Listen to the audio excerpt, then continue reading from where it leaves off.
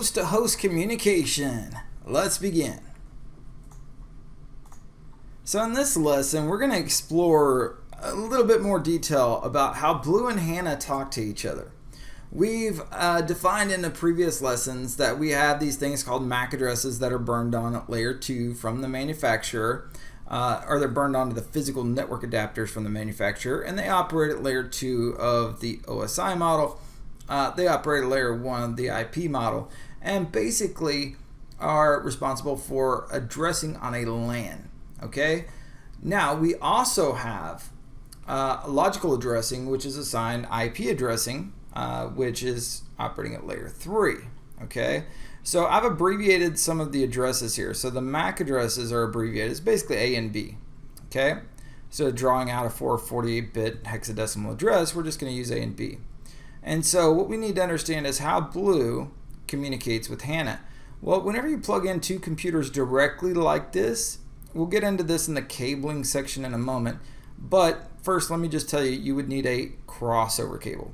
A crossover cable flips the transmit and receive cables for us. So the same cable basically is allowing two hosts to be able to communicate with each other.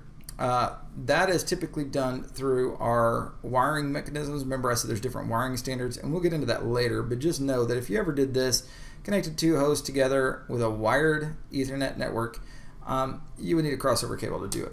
Okay.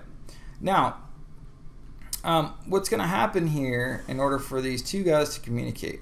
Well, first is that Blue is going to need to learn about Hannah's addressing. So, how do we do that? Well, we mentioned earlier that we use ARP to do that. So I could do something like a ping, right, on Blue.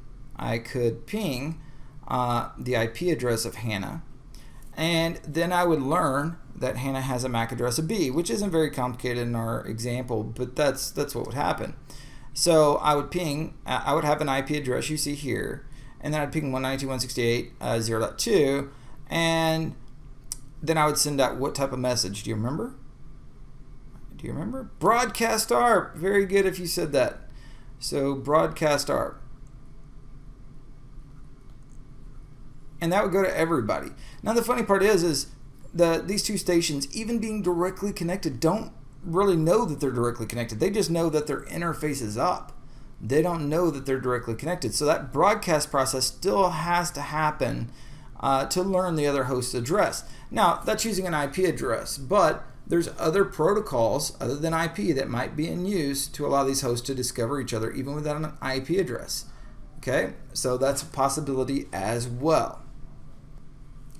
All right, so we already mentioned that there is two portions to every MAC address. There's the OUI portion, 24-bit, and there's the vendor assigned portion, 24-bit. So, for example, 00336B is one of the many OUI prefixes assigned to Cisco. In fact, so I knew if I saw that MAC address on the wire that I would know it's a Cisco device, along with many other prefixes that Cisco assigned. All right, so broadcast traffic is delivered to everybody in our LAN segment, and we talked about that already, right? So I send one message, and the switch is going to do some interesting things here. He's going to get that first message, and we'll talk about switching here in a minute, so I'll say that here in a minute, but I'm going to forward that message to everybody on the segment. Everybody's going to get a copy, and they're going to, hopefully the one host that I'm communicating with, or I'm wanting to communicate with, the 192.168.0.2, is on the LAN. And then they're going to respond back and say, okay, I am this address. So let's take a closer look at how that happens, just so everybody's on the same page. So, application. You're going to be using an application. You're going to say, hey, I need to set up a reliable session to an IP address of this. In our example, we're using 192.168.0.2, right? So we're going to say, hey, network, do you have that address in our ARP table? Remember, our ARP table is a dynamic table that is built based on me connecting to other devices or other devices connecting to me. That is lists all their layer 2 MAC addresses. Okay. In our case, the network's going to say, no, we've got to resolve that addressing. So put the packet in this basically parking lot. Okay. So we're going to put that packet on hold that we need to transmit out to the 192.168.0.2 because we don't have a layer 2 addressing for it. We can't send it out. So I'm going to send out a message here. We're going to say I need to learn the MAC address of this system with 192.168.0.2. We're going to use ARP to do that. So ARP, send out a broadcast message saying that what my address is, what 192.168.0.1, and say that I'm looking for 192.168.0.2. So whenever I send out that address, remember the switch is going to get a copy of it. He's going to forward it to all the stations that are connected. And Hannah's going to be one of them. Hannah's going to say, hey, I just received this broadcast message. Let me see if it's for me. Now this is an important part because no matter how many stations I have on my LAN segment, we all have to see if the broadcast is for us or not. So imagine if we have 20,000 nodes on our LAN. If one station sends one broadcast, that's 20,000 nodes that have to use resources to go, hey, is this message for me? It doesn't sound like a lot. But what happens whenever all of them start doing it, right? It can get crazy, crazy overhead. Anyway, so if I get a broadcast, I have to process it. That's part of IP, okay? IPv4. So I'm going to respond to this ARP request, and I'm going to say that I'm on 192.168.0.1, and my MAC address is B's, okay? I've abbreviated. So here's the thing.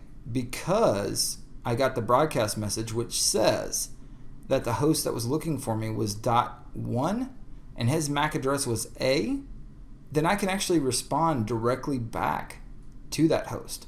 So I only needed that one broadcast, and now I can send a unicast message back to that host. Whenever the switch gets a unicast message, he forwards it directly at the port where that MAC address lives, and we'll talk more about that in a minute.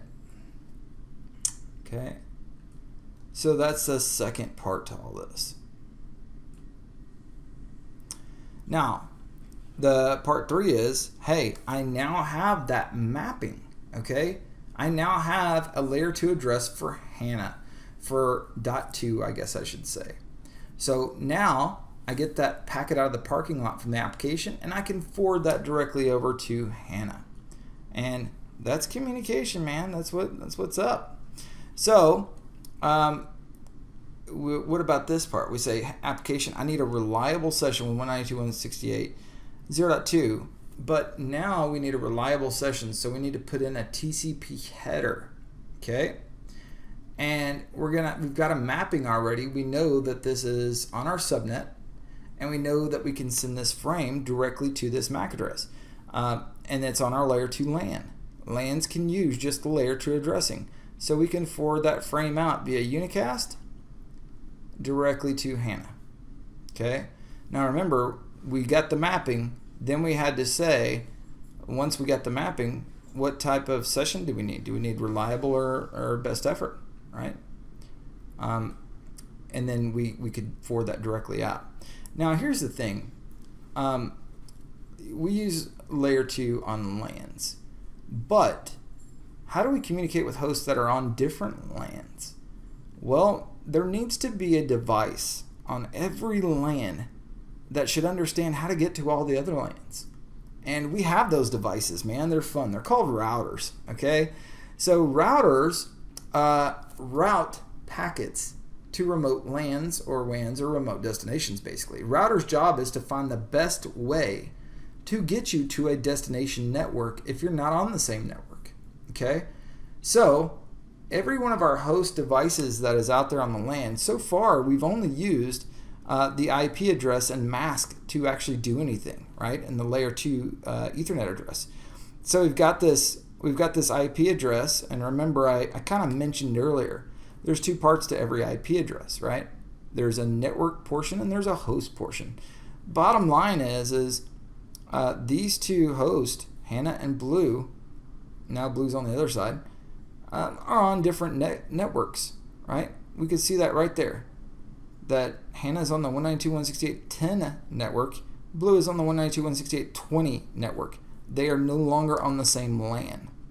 You can also see that routers define different layer 2 networks, okay? Because each interface on a router, hanging off of a router basically, is a layer 2 network.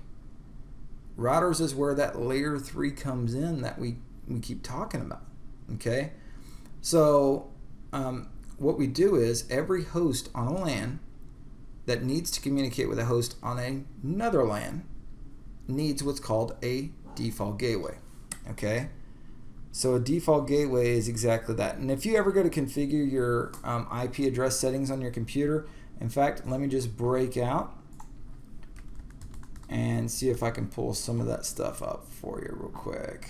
So go to our network and sharing, change adapter settings. Windows 10 made all this fun. There's my Ethernet port, and let me get rid of that annotation. All right, so if we come in here, and this is just an example, you don't have to follow along or anything. We go to properties, we can see that, hey, the IP address I'm getting from DHP, no problem, right? But notice in the field there, I've got a spot for an IP address and a mask. That gives me my unique station IP on my LAN, on my segment, and then the mask tells me which segment I belong to. Well, to reach other networks though, I would also need to give my computer what's called a default gateway. That default gateway is telling me to go to this device, which in our case is a router, and he knows how to get to the other networks. Okay? Host devices are not routers. They don't learn about different network paths to reach different networks. Routers do. They learn about all different types of ways to reach networks. But host, we communicate on our LAN, and to reach other LANs, we just need a device that can get us there. Okay? And that's what this default gateway is all about.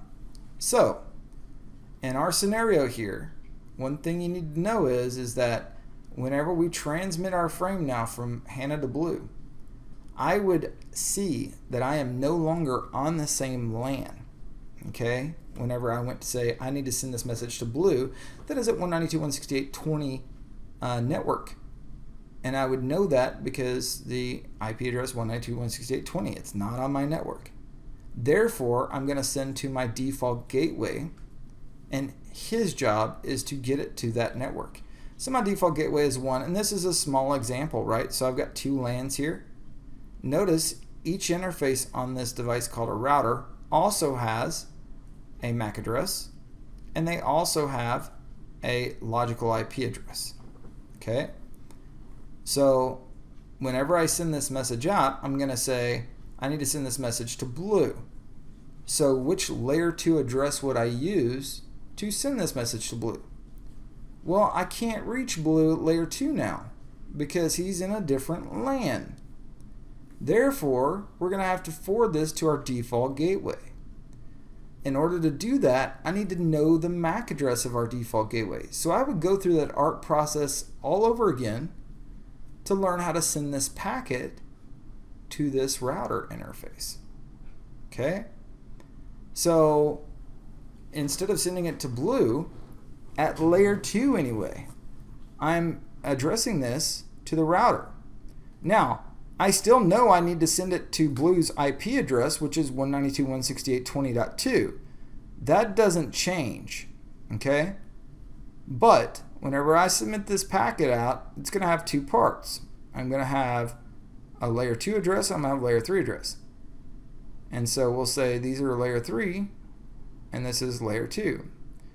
So my source layer 2 address for this segment, if the packet was right here going to this router, would be my MAC address as a source. The destination MAC address would be B, it would be the 4 Bs, this router interface, because that's what I can reach at layer 2. Now my source IP address is 10.2 because that's my source IP, and my destination IP address is 20.2.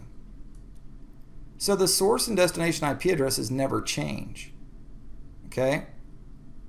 And that's how whenever the router receives this packet, what a router does is he's going to look at this. He's going to look at this and he's going to say, hey, this was destined for me. So therefore, I need to examine this packet and see what's up.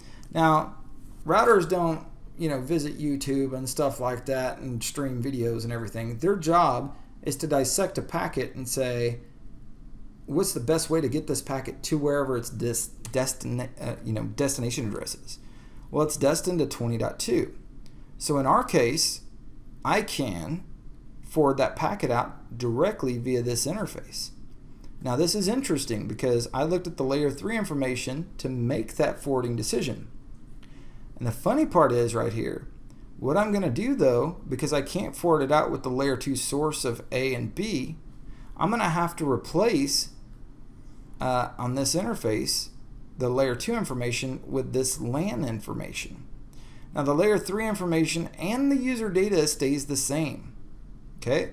But to forward it out this interface, I'm going to say my source MAC is C and my destination MAC is D. Now I can only do that, and again the layer 3 information is going to stay the same. That's how we have end-to-end path delivery. Okay? And of course whatever the data was, it stays the same. Now that means that the router needed an ARP entry that he must have learned about blue from somewhere or another. He must have learned his MAC address. Quick question. What would I have had to do if the router didn't know blue's MAC address at layer 2? Well, we would have had to resolve it, right? So we would have had to put this packet in a parking lot and send out another packet that was an ARP message. And I would have sent that saying that I am C, and my IP address, it would have been a different packet, remember? So I would have sent another packet, and I would have said my IP address is 20.1, RU 20.2, my MAC address is C, and I would send this to everybody on the LAN. That's a separate message that I have to do to get that layer 2 address so that I could forward out that packet the next time. Okay? So, this is how packets are delivered. It's a pretty interesting process, and it's a very critical thing that we understand in this course. Okay? So, whenever I send packets from one station to another, whenever I send them between layer 2 networks, between LANs, the layer 2 addressing will change every layer 3 boundary. A router is a layer 3 device. He operates at a higher level. We saw once he recognized that the message was for him, he had to examine the layer 3 details to forward the packet out the appropriate interface. So that's what he cares about. The layer 2 frames will have to be rewritten at every layer 3 boundary. Now I feel like I'm jumping a little ahead because for some reason, and maybe it's because I've got more slides coming up that details that, and I just drew it out instead. That could be the case. No, maybe I'm not jumping ahead too much. But this is a default gateway. Okay, so every host device, in order to reach that next network, needs a default gateway. So make sure whenever you're configuring host that you understand who your default gateway is and what type of device he is. Chances are he's going to be a router of some type, maybe a cable modem or something like that, but they're the device that's responsible to look at layer 3 information and be able to forward that to the best destination possible to reach your destination, right? Or they'll be able to make the best path determination possible. Okay, so that was end-to-end host communication, and the network topologies have been simple so far. We're going to keep adding to it, making it more complex, and keep having some fun. So I'll see you in the next module.